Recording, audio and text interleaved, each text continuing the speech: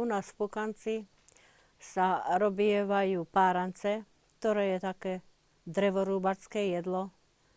Robievalo sa to v horách.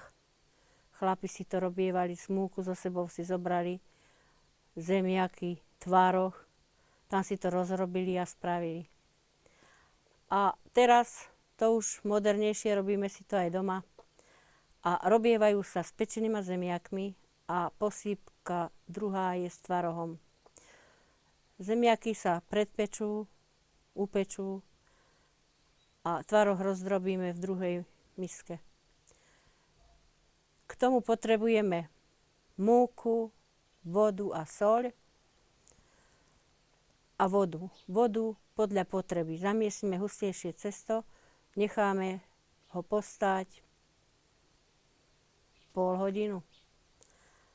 Potom znovu premiesime a ďalej si také šúľance narobíme, postavíme si vodu, aby sa nám varila a z tých šúľancov také pásiky párame.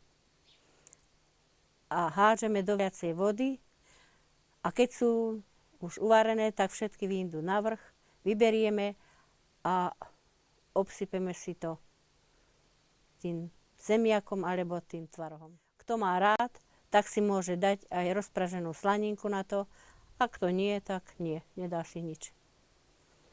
Dobré je za tým zapiť si bieleho alebo červeného vínka, kto môže, a kto nemôže, dobre mu je aj mliečko alebo smotana. No.